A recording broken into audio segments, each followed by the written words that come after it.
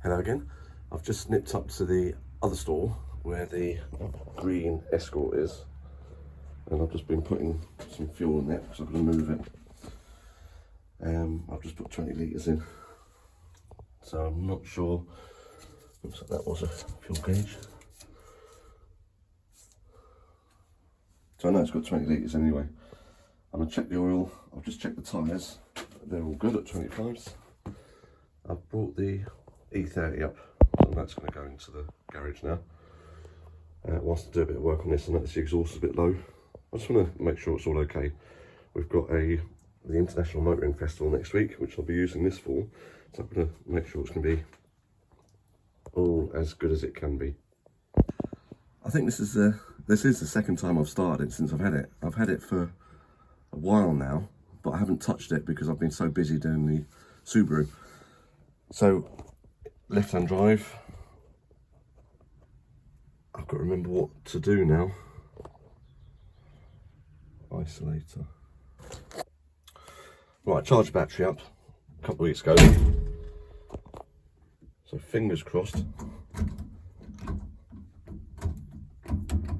Neutral. That must be ignition.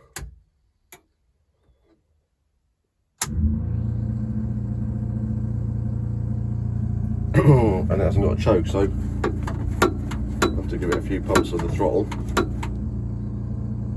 Hopefully there was fuel in the carbs when I did that. Right, give it a go.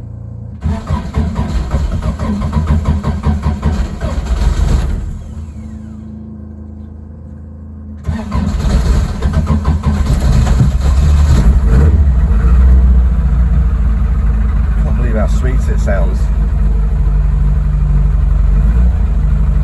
When I give it a rev, the alternator light will go out when we put it out of the garage. Right, yeah, got it out of the garage. It just sounds sweet. Sounds beautiful, really clean and crisp. Yeah, looking forward to driving it back. The steering wheel is right on my knees, so I'm going to see if I can lift it up a bit. I seem to remember my other one having the same problem. So I might be able to get something on it. But that's the idea of getting it back and having a look and seeing if I can get things sorted out. Right, so let's get it home. That was excellent. That's nostalgia. Brought back loads of memories. Really enjoyed that.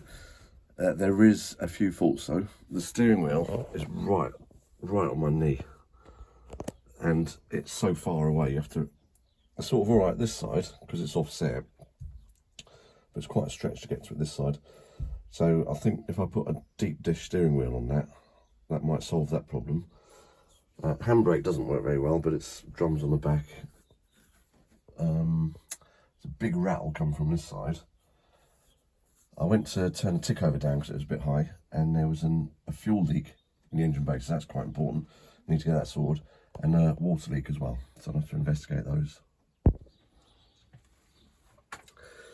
That bolt was loose, so I've just tightened that up. That Jubilee clip's very loose, and it needs a fuel pipe clip, so I might as well replace these as well. These aren't leaking, but might as well put the right stuff on it.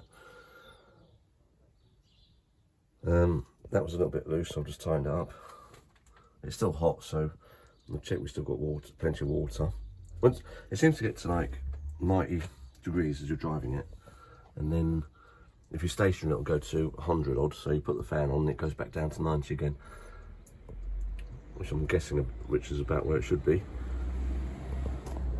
Right, I want to get this fuel issue sorted out because I'm not keen on fuel leaks. It's only because I was doing a tick over on the carbs. I can notice it just dripping out here, and the copper pipe goes down to there. It's that far in the pipe, so I can get a couple of clips on there. That's what offset the steering wheel is. It seems massively when you look at the line on the dash compared to the line on the steering wheel. Hopefully when we move it to the other side we'll be able to get it a bit straighter. I'm under the car now because I've just had to put a second harness plate, which is there. That's the original one, and we had both the harnesses going to the same eye, which is not good. So I put that on. It looks like it's got an RS 2000 bell housing because it's got the starter motor housing on both sides. It's remarkably clean under here. To say it's 50 years old, it does look very, very tidy.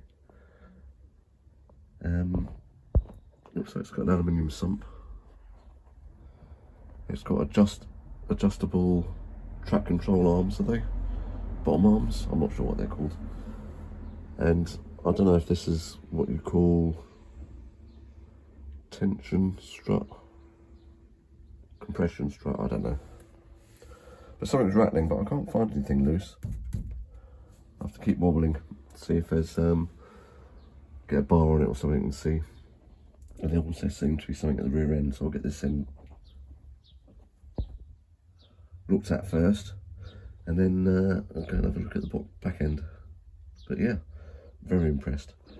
I thought the exhaust bracket had broken because it seems to be hanging down quite a bit, but it's not. It's all there. It's just the exhaust is low.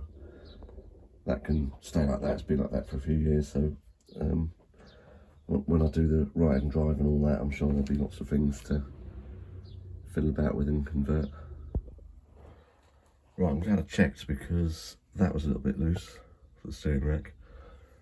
That one was loose. That holds the bottom arm on. So I'm just checking everything really, making sure it's all tight. Yeah, this one on the other side was loose as well, and the steering rack one. A couple of these were like half a turn. A couple of them are really tight. So let's go and have a look down the bottom end.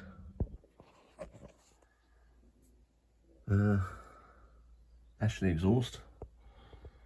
It's got Tony Law manifold, English axle, and it's got these brackets here that hold the anti-roll bar. I guess the anti-roll bar stops it moving backwards and forwards as well as the single leaf springs, I'm guessing. But I don't understand, it's got what's linkage towers. So I'm guessing they tie into the back of the diff cover, because I don't think they came standard. I really don't know. If anyone knows and wants to enlighten me, it's so, I mean, it's 50 years old, but it's in such good condition. I really am surprised. Everything just looks mint on it. It's like it hasn't been outside. Right, I've got to find out what's rattling. Right, I've noticed as well that with the handbrake on, this wheel locks up and that one doesn't. And I'm guessing it's the exhaust has melted through this cable. And I presume when the cable gets pulled, which still pulls, it pulls that in and it pulls that one out. But it's not doing it because the exhaust's in the way. So if I can get that exhaust, there's plenty of room up there. Looks like if we could get it up a bit, that would, and then get and sort that out, then that would be better. I've got an English axle, no, an Atlas axle to go on here, but I'm not sure whether to do 4-link or whatever. I'm really not sure about anything on this car, so I think I'll use it as it is, see how it works out, and sort of work from there. Right, the rattling appears to be this on the exhaust. Because when I move, that's it rattling there. I don't know if I'll be able to hold the camera and move it away.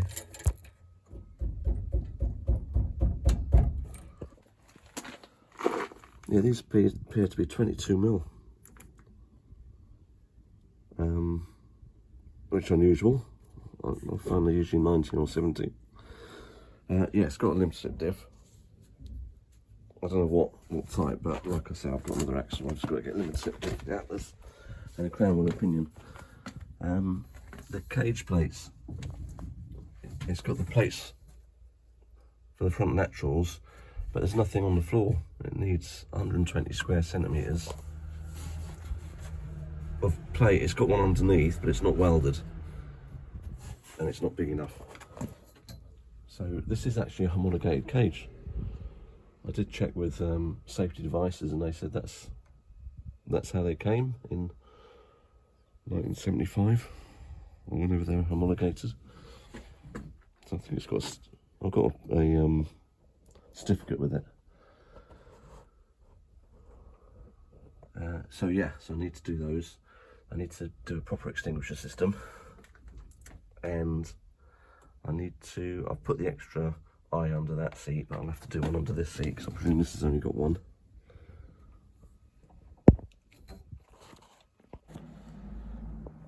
Yeah, it's got a number on the foot. So I phoned Safety Devices, I took pictures of it, and they just confirmed there it's the right one. The only thing that's missing is the rear seat, which technically it should have for road-going series production. But there isn't even a road-going series production class that I've entered. So there's a lot of old cars going to be doing it. I'll get the fuel can out.